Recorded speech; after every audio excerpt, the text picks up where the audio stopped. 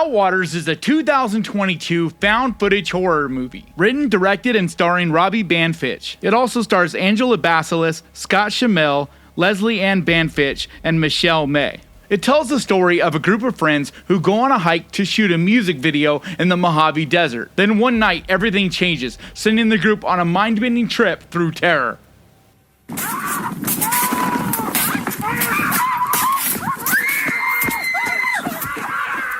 So I just got done checking out the Outwaters. I've been trying to see this movie for quite a while now because it's been out for a few weeks.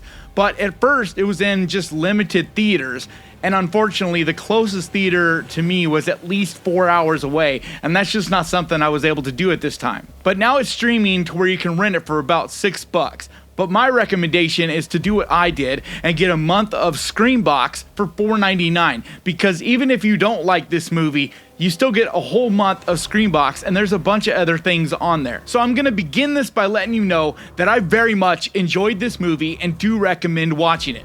But it's definitely not for everyone, because it is a lot, especially the end of this movie, and I'll get more into that.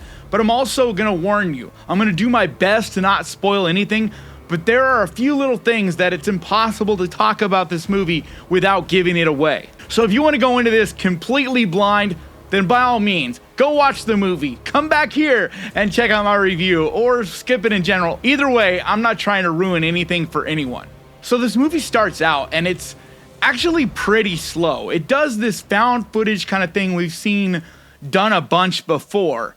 And if you're someone that picks holes in movies and has a hard time buying into situations and stuff, then this movie, at least in the beginning, may not work for you, because it even had me questioning just a little bit, because the idea of this movie is that there's these found SD cards and they're playing raw footage. It says that right on the screen. This is raw footage from these SD cards. But then there's obvious editing, there's music in multiple situations, and you're like, all right, like, I wish they just hadn't put that.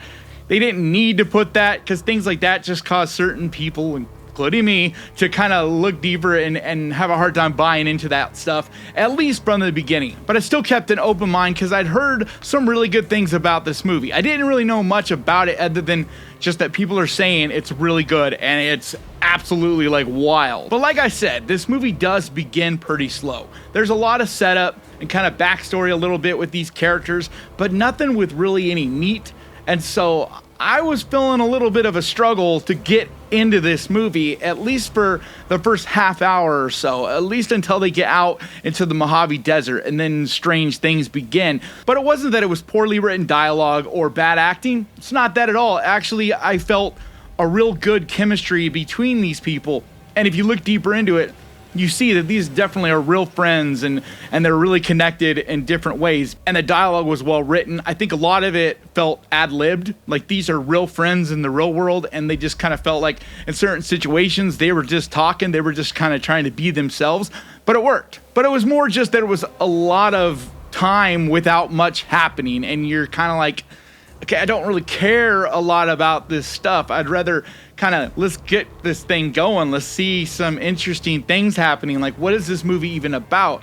Because you're just basically following these friends who are going to go shoot a music video of one of their friends out in the Mojave Desert. And it just feels like this really long stretch of them talking about it and getting set up. And it's not crazy long, but it did try my patience. But then slowly things start to happen. They start hearing these creepy noises and they see animals doing weird things, and it just continues to develop and develop and develop. But even then, not a ton is happening until the final act, when this movie just absolutely goes off the deep end. But also, like I said earlier, this is not going to be for everyone, because this is another experimental film. In a lot of ways, it reminded me of Skinamarink because it's shot in unique ways. There's a very different approach to filmmaking that's done in this movie. For one, the sound is a huge part of this movie. In long stretches, all you really have that's scary or happening is sounds, because the way it's done, everything is pitch black except for just a little tiny flashlight, and you'll see quick little images and things. You'll get a good enough look at certain things to give you this unsettled feeling, but still, it's the sound that just is absolutely terrifying. There is some of the most haunting, just absolutely horrifying sounds in this movie. And little by little, as it gets deeper and deeper into what happens to these poor people, you do start to get a better idea of what you're seeing. There are better shots, but even then, it's still, like I said, a very limited field of view. And it could get a little frustrating because at times you're like, I just want to see what's right there. And the flashlight will be just barely misting on it and not really enough to give you much of any sense of what you're looking at. And it could cause some people to get pretty pissed off at this movie. But I felt like it worked. I felt like it really causes anxiety. It really causes this high levels of stress and just uneasiness, uncertainty, and absolute terror at points. Like, this movie got pretty scary in my opinion. I don't get scared easily, and I very rarely ever say that a movie is scary. But there were elements, I'm not going to say this entire movie, but there are parts towards the end of this movie that I just thought were straight up terrifying.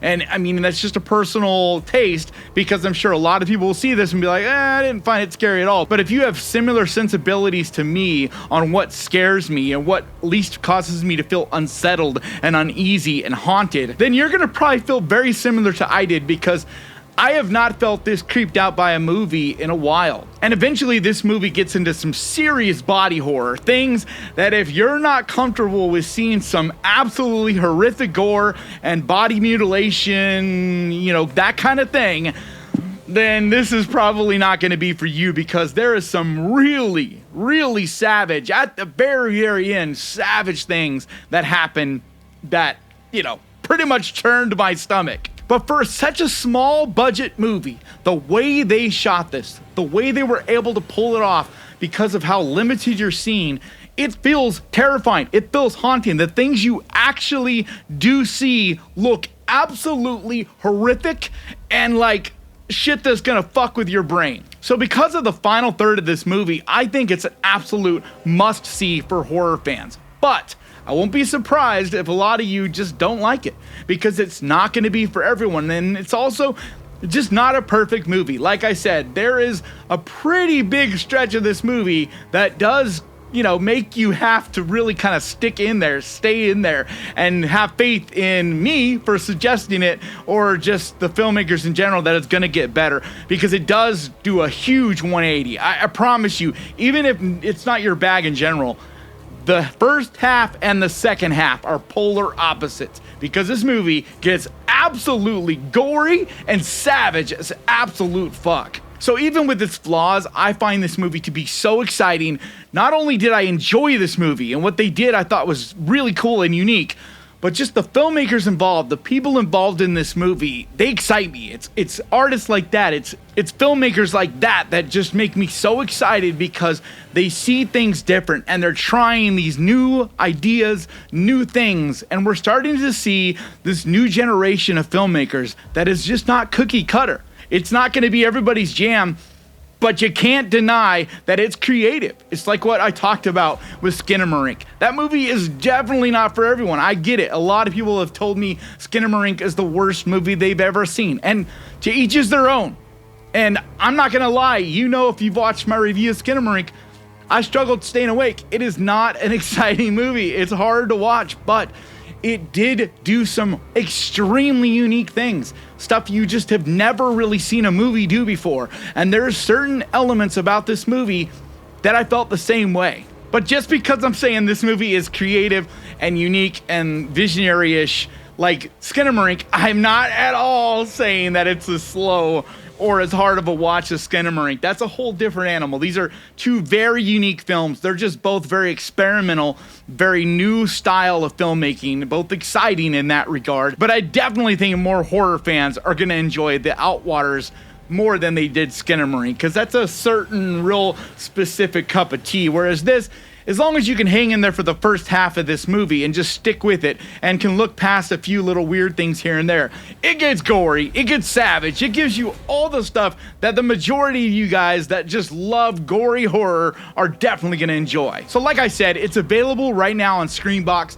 $4.99 a month gets you a month of Screenbox, and I think that's the way to go. But if you don't want to go that route, you can still rent it. It's on Apple, Amazon Prime, like all the different rental places for I think $5 or $6. Either way, I do think it's worth your money. I do think it's worth checking out. Just keep an open mind. And I'm not guaranteeing everybody's going to like this, but if you stuck to this point of this review, you probably have enough faith in me to take my word for it.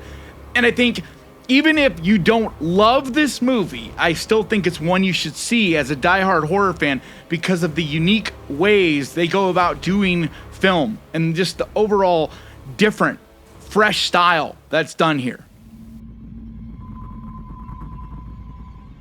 So that's going to do it for me today. Thank you so much for watching this. If you enjoyed this, please hit that subscribe button and ding that little bell because that's the best way to keep track of this channel. I also want to give a huge, massive, enormous thank you to the Ghost Pirate crew, to you guys over on Patreon, and to the channel members over here. You guys mean so much to me. And if you would like to find out how you can become a channel member, there's a link right down there that says member. Or if you want to go support me on Patreon, there's a link down in the description.